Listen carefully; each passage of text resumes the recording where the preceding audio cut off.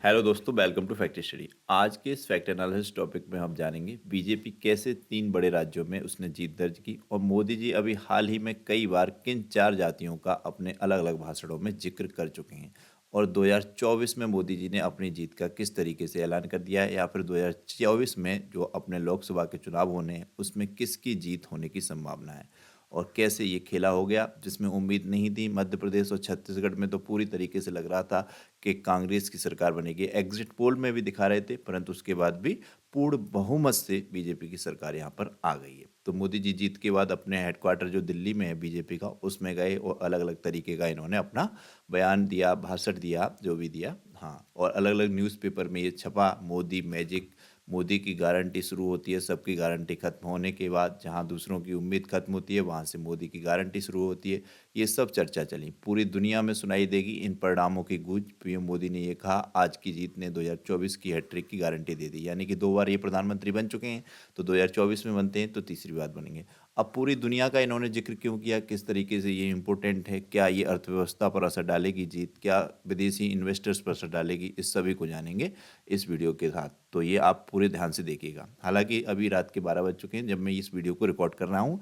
तो अभी मैंने मैच देखा तो भारत की टीम अपना सीरीज का 5वां मैच भी जीत चुकी। मैंने देखा T20, हालांकि इस बार के वर्ल्ड कप से मैं सभी मैचों को देख रहा हूँ लगातार, पहले तो नहीं देखता था। तो बहुत दिन बाद अब मैं मैच नहीं छोड़ता हूँ कोई। तो भारत का लास्ट ओवर था, बड़ा ही रोचक था। 6 गेंदों में ऑस्ट्रेलिया को 10 रन चाहिए थे, तो भारत के अर्शदीप बॉलिंग कर रहे थे। पहली बॉल उन्होंने फेंकी तो उसमें वो हाइट का थी, परंतु एम्पायर ने नहीं दी। फिर दूसरी बॉल पे उन्होंने रन नहीं ले पाया, तीसरी बॉल पे वो आउट हो गए प्लेयर, चौथी बॉल पे फिर पांचवी और छठवीं, इस तरीके से अर्शदीप ने बड़ा अच्छा ओवर कराया और बड़ा ही रोचक था और इंडिया मैच जीत गई 6 रनों से। तो इस तरीके से था आज का मैच, उसको भी मैंने सोचा बता दूं। तो उसके बाद अब मैंने पीपीटी तैयार की इसकी और अब 12 बजे मैं इसको रिकॉर्ड कर रहा हूँ। तो यहाँ पर 4 राज्यों के जो है परिणाम आए। हालांकि इस चुनाव तो 5 राज्यों में हुए थे, एक तो राजस्थान में, मध्य प्रदेश में, छत्तीसगढ़ में, तेलंगाना में और मिजोरम में। मिजोरम के परिणाम 4 तारीख को आएंगे, 4 दिसंबर को। तो मिजोरम के परिणाम आज क्यों नहीं आए, रविवार को आने आज ही के दिन थे, वो इसलिए नहीं आए क्योंकि मिजोरम में ज़्यादातर मेजोरिटी में ईसाई लोगों की जनसंख्या है। अब वहाँ पर आज संडे को वोट खुलने थे, परंतु वहाँ के लोगों ने इसका विरोध किया क्योंकि संडे को वो विशेष पूजा पाठ करते हैं ईसाई लोग, उनका पूजा वाला दिन होता है संडे वाला। तो इसलिए उन्होंने कहा आज मत, मतलब मतगणना कीजिए, आज मत इसको खोलिएगा चुनाव के रिजल्टों को, क्योंकि हम लोग अपने जो है पूजा वाले कार्यक्रम को स्थगित नहीं कर सकते, क्योंकि वहाँ पे जो भी लोग खोलेंगे वोटों को वो ज़्यादातर ईसाई लोग होंगे, जो भी गवर्नमेंट एम्प्लॉय वगैरह, तो उनकी अपनी पूजा बाधित होती, तो उसने इसलिए वहाँ पर रविवार को खोलना मना कर दिया गया। यही वजह थी कि वहाँ पर 3 तारीख को परिणाम नहीं आए, 4 तारीख को आएंगे, क्योंकि 4 तारीख को उनके जो भी अपने एजेंट होंगे पोलिंग बूथ वाले या फिर XYZ, तो वो आएंगे और फिर मतगणना होगी और पूरे वोट खुलेंगे, फिर रिजल्ट आएगा। इसलिए 3 तारीख को मात्र 4 प्रदेशों के रिजल्ट आए। किस किस के, ये आप देख सकते हैं, मध्य प्रदेश के, छत्तीसगढ़ के, राजस्थान के और तेलंगाना के। इसमें 3 बड़े राज्यों में जो है बीजेपी की सरकार बन गई। जैसे कि मध्य प्रदेश में आप देख सकते हैं, यहाँ पर ये 163 सीटें, जब मैं इस वीडियो को रिकॉर्ड कर रहा हूँ तो उस टाइम तक, और ये 66 कांग्रेस की। इस तरीके से भाजपा की छत्तीसगढ़ में 54 सीटें और ये भाजपा की जो है राजस्थान में 115। राजस्थान में इतना शॉकिंग नहीं है क्योंकि राजस्थान वालों का तो पक्का है, हर बार वो हर 5 बार बाद सरकार चेंज कर देते हैं, कभी यहाँ पर सरकार रिपीट हुई नहीं है। परंतु इस बार फिर भी लग रहा था कि अशोक गहलोत जी की सरकार रिपीट हो सकती है, चांसेस बन रहे थे कि ऐसा रिकॉर्ड बन जाएगा। परंतु फिर राजस्थान वालों ने अपने कायम रहे उसी प्रथा पर और उन्होंने हर सरकार बदल दी। और तेलंगाना में हालांकि जो है कांग्रेस की जीत हो गई है 64 सीटों से, पूर्ण बहुमत से। तो कांग्रेस की सरकार तेलंगाना में बनी है। इन 3 राज्यों में जो की है बीजेपी की सरकार बनी है। हालांकि 4 राज्यों के अब मुख्यमंत्री आपको याद करने पड़ेंगे क्योंकि 4 राज्यों के मुख्यमंत्री चेंज हो गए, परंतु मध्य प्रदेश के चांसेस हैं शिवराज सिंह चौहान ही यहाँ पर दोबारा से मुख्यमंत्री बने रहेंगे। तो हो सकता है ये सेम रहे, बाद बाकी इन 3 राज्यों के तो मुख्यमंत्री अब नए आएंगे ही, उनको तो हम याद करेंगे, याद रखेंगे एग्जाम्स के लिए। तो ये तो इम्पोर्टेंट रहेगा ही। तो ये आप देखते हैं क्या क्या कहा गया है। इस तरीके से इतनी खबर आपको समझ में आ गया होगा, इतनी वीडियोस का सार। तो पीएम मोदी ने कहा कि इन चुनावों में देश की जातियों में बांटने की बहुत कोशिश हुई, क्योंकि कांग्रेस के नेताओं ने यहाँ पर विशेष तौर पर फोकस किया था पिछड़े वर्ग की जातियों पर। कई बार उन्होंने अपनी अलग अलग रैलियों में चर्चा की थी पिछड़ी जातियों के आरक्षण को लेकर तमाम चीज़ों में। बिहार में भी इसी चुनाव को प्रभावित करने के लिए आरक्षण, और बिहार के लिए तो इम्पोर्टेंट है ही, जो कि जातिगत जनगणना की गई, आरक्षण लागू किए गए, इस तरीके का विशेष माहौल बनाया गया था। परंतु मोदी जी ने कहा दिया था मेरे लिए देश में सिर्फ 4 जातियाँ हैं, इनसे बड़ी कोई दूसरी जातियाँ नहीं हैं। इन 4 जातियों में बात की थी उन्होंने, नारी की पहले नंबर पर, दूसरे नंबर पे युवा की। हालाँकि युवा तो देखिएगा जिस गवर्नमेंट की कुछ अच्छाइयाँ भी हैं, मोदी जी की भी बहुत अच्छाइयाँ हैं, जिनमें सबसे इम्पोर्टेंट है कि मोदी जी 70 साल प्लस हो चुके हैं, उसके बावजूद भी इतनी एनर्जी के साथ कार्य करते हैं कि जिसका कोई जवाब नहीं। कमाल है। आप देखेंगे, अब देखिए कल ही इनकी महाराष्ट्र में सभा होनी है। आज चुनाव जीत के, हालाँकि कल फिर इनका महाराष्ट्र में दौरा है। तो लगातार ये दौरे पर रहते हैं, इसमें मेहनत तो होती है, शरीर तो शरीर है किसी का भी हो, और 75 प्लस उम्र के समय तो बहुत ज़्यादा हो जाता है। तो फिर भी ये इतना कार्य करते हैं, इतनी स्पिरिट के साथ काम करते हैं, कभी भी थकान महसूस नहीं करते, ये कमाल है। तीसरी जाति इन्होंने किसान को कहा, और चौथी जाति के रूप में इन्होंने गरीब परिवारों को लिया।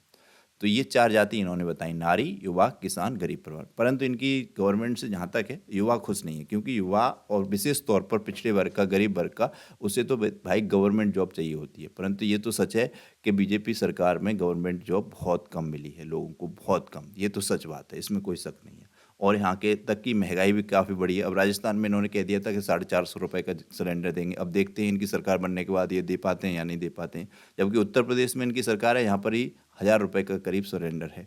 तो महंगाई तो इसमें है, परंतु उनकी जो शक्तियाँ हैं वो इस तरीके से हैं, ये जीतने के कार्ड रहे हैं, क्योंकि इन्होंने जो है राशन बांटा है गरीबों को विशेष तौर पर फ्री में। और दूसरी बात, इनका फोकस रहता है महिलाओं के लिए, कई योजना लेके आए, इसीलिए इन्होंने अपनी 4 जातियों में नारी शक्ति का विशेष जिक्र किया है। तो महिलाएं ऐसा समझते हैं, हमारे देश के लोग वो नहीं देखती हैं, अब आत्मनिर्भर हैं, अगर उनके परिवार वाले भी कहते रहे, परंतु उसकी नहीं सुनती हैं और अपने हिसाब से ही अपना मतदान करके आती हैं।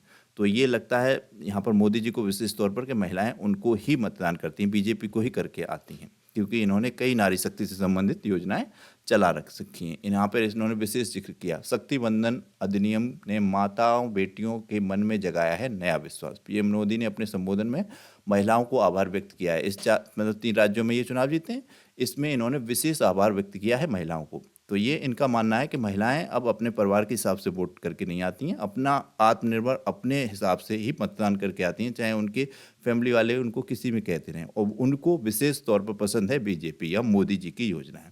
तो इसलिए इन्होंने अपने संबोधन में महिलाओं का आभार व्यक्त करते हुए कहा कि देश की नारी शक्ति के प्रति आभार व्यक्त करना चाहता हूं। मैं अक्सर अपनी रैलियों में कहता रहता था कि नारी शक्ति ने तय कर लिया है कि चुनाव में बीजेपी का ही जो है झंडा बुलंद करना, ऐसा इनका है। मैं अक्सर कहता था नारी शक्ति ने ठान लिया है कि भाजपा का परचम लहराएंगे। आज नारी शक्ति बंधन अधिनियम ने देश की माताओं बेटियों के मन में नया विश्वास जगाया। इससे पहले इन्होंने देखा था, नारी शक्ति का अधिनियम लेके आए थे ये, तो उसका विशेष तौर पर प्रचार प्रसार भी किया था। उसका प्रभाव इस जो कि चुनाव में रहा होगा विशेष तौर पर, पूरी उम्मीद की जाती है। जो कि इनका था कि महिलाओं के लिए किस सीटें इतना प्रतिशत आरक्षित कर देंगे, तो इसी का जिक्र इन्होंने इसमें किया। अब इन्होंने मध्य प्रदेश में, सबको लग रहा था कि इस बार बीजेपी की सरकार हट जाएगी और जो है कांग्रेस की सरकार आ जाएगी। उसके कई कारण बताए गए, तो उनमें से सबसे अहम कारण जो बताया मोदी जी ने, आदिवासी समाज ने कांग्रेसों को किया समाया। पीएम मोदी ने कहा कांग्रेस ने अपने शासन के दौरान आदिवासी समाज को कभी पूछा नहीं, या सही आदिवासी समाज ने आज कांग्रेस का सफाया कर दिया। उन्होंने कहा कि आज मध्य प्रदेश, छत्तीसगढ़ और राजस्थान में यह देखने को मिला। उन्होंने आगे कहा कि राज्य में आदिवासी सीटों पर कांग्रेस का सुपड़ा साफ हो गया। आदिवासी समाज आज विकास के लिए आकांक्षी है, उन्हें भरोसा है कि ये आकांक्षाएं उनकी बीजेपी पूरा करेगी। अब हालांकि मध्य प्रदेश से एक बहुत ही मतलब दुर्गम, मतलब विशेष प्रभावित करने वाली एक घटना हुई थी। कई बार, 2-3 बार घटना हो चुकी कि एक आदिवासी समाज के व्यक्ति पर एक बीजेपी के ही कार्यकर्ता थे, वो बड़ा ही विचित्र वीडियो वायरल हुई थी, एकदम हृदय विदारक। तो वो घटना थी, वो उनके ऊपर किस तरीके से कर रहे थे, अब मैं बोल भी नहीं सकता उस तरीके के शब्द। तो वो वीडियो आप सबने देखी होगी, तब लग रहा था कि ये बीजेपी की सरकार यहाँ से पूर्ण रूप से हट जाएगी, परंतु ये जीत गए। और फिर इन्होंने टोंट मार दिया कि आदिवासी समाज ने कांग्रेस का सफाया कर दिया। तो ये फिर है, अब जो है देखिए कि इन्होंने कहा मध्य प्रदेश में ने हमें फिर दिखाया कि भाजपा की सेवा भाव का कोई विकल्प नहीं है। छत्तीसगढ़ के परिवार को मैंने मेरी पहली सभा में ही कहा था कि मैं यहाँ पर कुछ मांगने नहीं, शपथ ग्रहण का न्योता देने आया हूँ। मैं तेलंगाना की जनता का भी भाजपा कार्यकर्ताओं को विशेष आभार व्यक्त करता हूँ। तेलंगाना में हालांकि ये हार गए, फिर भी इन्होंने तेलंगाना की जिक्र भी किया है। अब नहीं भी करते तो भी सही नहीं लगता कि वहाँ से हार गए तो उनका जिक्र नहीं कर रहे, तो इन्होंने वहाँ का जिक्र भी किया है और कहा है कि हम लगातार, हमारे तेलंगाना के कार्यकर्ता भी उनमें विश्वास जगाते रहेंगे और कार्य करते रहेंगे। इस तरीके की इन्होंने बात कही है। अब सबसे इम्पोर्टेंट इन्होंने ये बात कही कि दुनिया भर में ये चुनाव छाप छोड़ेंगे, जो भी हमारे 3 राज्यों में विशेष जीत हुई है। अब ये कैसे छाप छोड़ेंगे? तो इन्होंने कहा है कि दुनिया भर के निवेशकों को भरोसा देंगे आज के परिणाम। इस वेरी इंपॉर्टेंट पॉइंट है ये। इस बात क्यों कही इन्होंने? देखिए कि इन्वेस्टर्स कहीं भी किसी देश में इन्वेस्ट करेंगे, हमारे देश के जैसे कि अंबानी जी हैं, अडानी जी हैं या कोई और बड़ी कंपनियां हैं, ये दूसरे देश में जैसे कि ऑस्ट्रेलिया में इन्वेस्ट करें, बांग्लादेश में इन्वेस्ट करें, तो ये देख के इन्वेस्ट करते हैं कि किसकी गवर्नमेंट है, वो किस तरीके की रणनीति रखती है, फॉरेन पॉलिसीज उसकी कैसी हैं। तो अब जैसे कि बीजेपी की सरकार बन रही है, अब निवेशकों को लगेगा कि 2024 में भी बीजेपी की सरकार बनने के चांसेस बढ़ तो गए ही हैं, प्रोबेबिलिटी तो बढ़ी गई है, चाहे किसी भी तरीके से बन रही हो। हालांकि मोदी जी मेहनत तो करते हैं, इसमें कोई शक नहीं है। आज भी वो सबसे ज़्यादा इतनी उम्र एज ग्रुप वाले लोगों में सबसे ज़्यादा मेहनत करते हैं, इसमें कोई शक नहीं। ये स्पिरिट तो उनकी हम सबको सीखनी चाहिए। तो अब इन्वेस्टर सोचेंगे कि अगली बार जो है 2024 में भी मोदी की सरकार बनेगी, तो मोदी की जो भी अपनी फ्रेंडशिप होगी अलग अलग देशों से, या मोदी की जो भी फॉरेन पॉलिसीज होंगी, उनके हिसाब से हमारे देश को और ज़्यादा इन्वेस्टमेंट मिलने की, निवेशकों के यहाँ पर भरोसा बढ़ने की संभावना बढ़ गई है। जैसे कि मोदी ने कहा कि इन चुनाव परिणाम की गूंज सिर्फ मध्य प्रदेश, राजस्थान, छत्तीसगढ़ तक सीमित नहीं रहेगी, इनकी गूंज दूर तक जाएगी, पूरी दुनिया में इन चुनाव परिणामों की गूंज सुनाई देगी। उन्होंने कहा कि ये चुनाव परिणाम भारत के विकास पर दुनिया के भरोसे को और मजबूत करेंगे। ये चुनाव परिणाम दुनिया भर के निवेशकों का भरोसा जीतेंगे, ऐसा कि इन्होंने कहा है। तो वाकई में ये असर तो रहता ही है, इन्वेस्टर्स उसी हिसाब से काम करते हैं। अब कुछ इन्वेस्टर्स सेलेक्ट भी रहते हैं पार्टियों के। हालांकि इंडिया में जैसे कि बिजनेसमैनों का अपना अपना पार्टी है, जैसे कि हालांकि बदल तो लेते ही हैं वो अपना दल, पर एक पक्ष तो रहता ही है। जैसे कि सबसे खास अडानी जी बताए जाते हैं बीजेपी के, कई बार चर्चा भी की है कांग्रेस वालों ने कि अडानी अडानी मोदी इनका संबंधी, तो वो खास तो हैं ही, ऐसी कोई चर्चा नहीं कर रहा। ऐसे फॉरेन वाले भी इन्वेस्टर्स देखते हैं किसकी सरकार आ रही है, क्या आ रही है। तो अब लगातार पिछले 2 बार तो कार्यकाल हो ही चुका है मोदी जी का, तो उनके अपने विदेशों में जो भी संबंध हैं वो तो हैं ही। अब यहाँ पर फिर तीसरी बार इनके जीतने की उम्मीद बन रही है। इन 3 राज्यों में जीतने के बाद 2024 में अब बहुत ज़्यादा भरोसा बढ़ गया है कि फिर से इनकी सरकार बने, तो इन्वेस्टर्स यहाँ पर पूरा भरोसा जताएंगे और दोबारा से वो काफ़ी इन्वेस्टमेंट मिलेगा भारत को बड़ी बड़ी कंपनी से। बहुत सी जैसे कि एप्पल हो गया, एलन मस्क की हो गई कंपनी, तो इन सब कंपनियों का मिलने के अब चांसेस ज़्यादा हो गए हैं, और होता ही है इसी तरीके से। अब फिर मोदी जी कभी भी विपक्ष पर हमला करना तो भूलते नहीं हैं, चाहे किसी भी मंच पर हों। ये तो उनका काम है। अब भाई ज़रूरी भी है, इसमें कोई शक नहीं है, क्योंकि वो जानते हैं कुर्सी है तो सब कुछ है, अगर कुर्सी नहीं है तो कुछ नहीं है। अब पहला काम कुर्सी में ज़रूरी है कि विपक्ष को कमज़ोर करना, उन पर थोड़े कयास जगह लगाए जाएँ और जनता के मन में उनके प्रति एक थोड़ा सा कमज़ोर किया जाए, एक भाव रखा जाए। तो यहाँ पर भी इन्होंने कह दिया INDIA। हालांकि इन्होंने इंडिया कहते हैं विपक्ष वाले कि इंडिया गठबंधन है। अब मोदी जी जिस दिन से इंडिया कहना शुरू हुआ है विपक्ष वालों ने, उस दिन से मोदी जी ने इंडिया शब्द कहना छोड़ दिया है। जब या तो वो भारत कहते हैं या इंडिया को INDIA कहते हैं। तो फिर मोदी ने विपक्ष पार्टियों की गठबंधन INDI पर निशाना साधा। उन्होंने कहा कि इस परिणाम का सबक यह है कि सिर्फ कुछ परिवारवाद के मंच जो है एक फोटो में आ जाते हैं, इससे यह भरोसा नहीं हो सकता कि वो जीत जाएं। उन्होंने कहा कि देश की जनता के दिल जीतने के लिए राष्ट्र सेवा का जज्बा होना जरूरी है, जो कि घमंडिया पार्टी यानी कि इंडिया को घमंडिया कहते हैं, इनमें नहीं है। अब ये था आज का मोस्ट इम्पोर्टेंट, जैसा कि हमने वही आपको शुरुआत में ही बता दिया, चुनाव के जो परिणाम रहे। अब इनके आपको जो है CM तो याद करने ही पड़ेंगे, छत्तीसगढ़ के, राजस्थान के, तेलंगाना के 100% नए हो जाएंगे, MP के वही रह सकते हैं, और शायद मोदी जी कुछ मैजिक कर दें तो वहाँ पे भी चेंज कर दें, कोई बड़ी बात नहीं है। तो ये था हमारा इम्पोर्टेंट वीडियो। हालांकि इसमें कोई शक नहीं है कि मोदी जी इस उम्र में भी जितनी मेहनत करते हैं, उतनी मेहनत इस उम्र में करते हुए कोई और व्यक्ति नहीं दिखता है, चाहे वो अपनी पार्टी को जिताने के लिए ही करते हों।